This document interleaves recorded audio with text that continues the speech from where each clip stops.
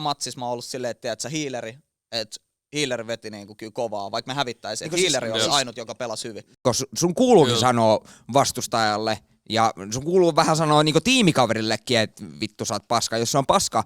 Mut se, että sä sanot, että sä oot paska, koska sä oot X, ja tässä tapauksessa nainen, ei oo ok. Mä oon täysin samaa mieltä, että silleen, että niinku videopeleihin tietyllä tavalla kuuluu se kritisoiminen, koska se on vaan se pelihenki. Jokainen meistä on saanut järkyttävän määrän paskaa. Ei mennä henkilökohtaisuuksiin, vaan silleen, että sitä niinku sun pelitaitoja, koska se oletus on, että siellä pelaa äijiä. Tai tuli sellainen tosi paska fiilis siitä jutusta, että toi niinku, tyyppi on joutunut kokea tollasta. Siis se just sanoi sitä sille meidän pelikaverille, että vaikka se on pelannut hyvin, niin jos ihmiset on saanut tietää, että se on nainen, niin niiden se kohtelu sitä kohtaan on muuttunut. Ja ne on sanonut, että vaikka se pelaa 10 matsia hyvin ja se pelaa